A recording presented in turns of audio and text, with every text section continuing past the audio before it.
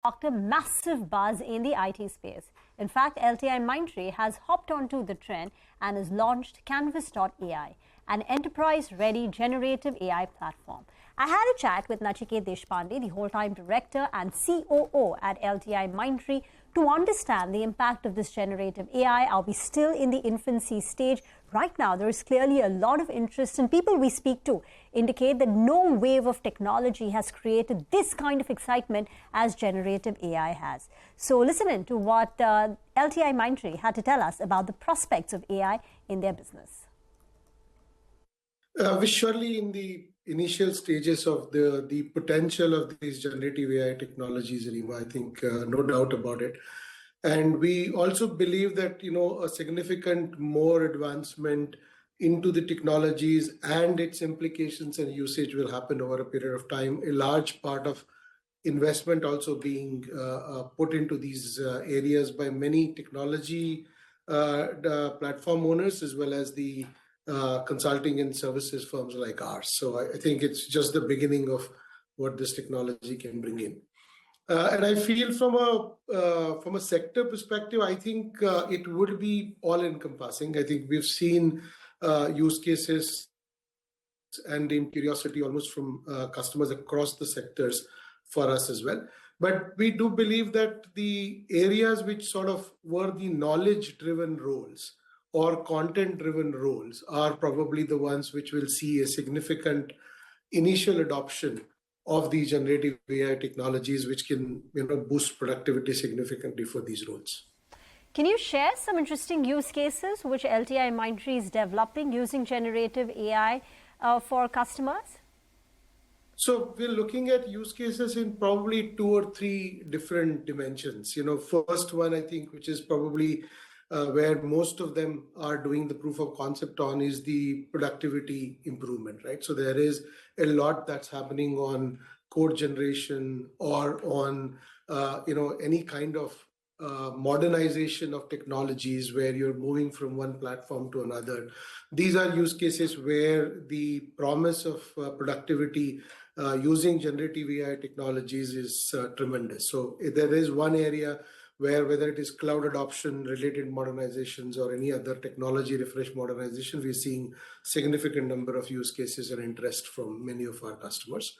The second area where I would say is again, content-driven use cases. So on the marketing side, where it is on campaign design, whether it is coming up with one-to-one content, which is very curated for an individual consumer, those are the areas where we're seeing a lot of experimentation and use cases being built in the marketing processes and campaign management processes.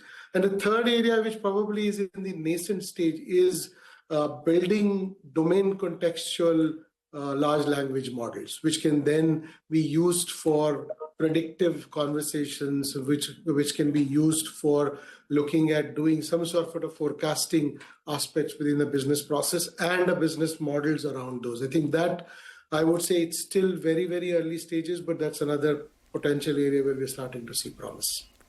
Okay, but in the initial phase, the big work using generative AI will be to improve productivity. And this is going to be perhaps across sectors. And you're saying that Canvas.ai guarantees a 40 to 50% reduction in time and effort for app modernization and cloud migration programs.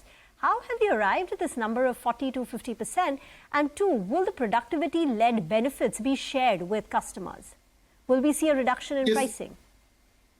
So what we are essentially seeing right now is the areas, whether it is on the technology areas or the types of applications where we have worked with our customers on these cloud modernization or technology modernization use cases, we're seeing 40 to 50% reduction in the human efforts required for those technology changes, right? Whether it is in the form of code transformations, or whether it is in the form of QA, or whether it is in the form of understanding the existing applications and how you really come up with the contextual modernization method. So there is 40 to 50% productivity that we have seen in various technology platforms, and that kind of gives us the confidence that that kind of productivity is achievable.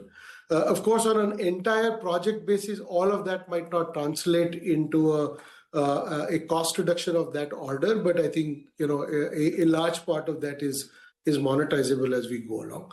As far as passing on the benefit or how much does it reflect into pricing pressure, all of that, I think it's too early to say. There is still, I don't think we are able to do modernizations which are, very limited human intervention for the entire project phases. It is still isolated to certain tasks and certain activities that we are seeing that this kind of benefit comes in. So I would say that the discovery of it being gain share, how does it reflect into price, all of that is probably too early to comment. Today, what we are seeing is we are largely using that to reduce lead times. So most of the customers, as they look at their cloud modernization program, I think approach is how do I bring the time forward. Something that I was wanting to do it over a 12 to 18 month period, can I do that in 6-9 months? So I think the focus today from customer and us both is to actually do it faster than any other commercial models at this stage. All right, that is the management of LTIMindtree talking about the big opportunity in AI and how they are trying best to really cash in on this space. But with that, we do need to get into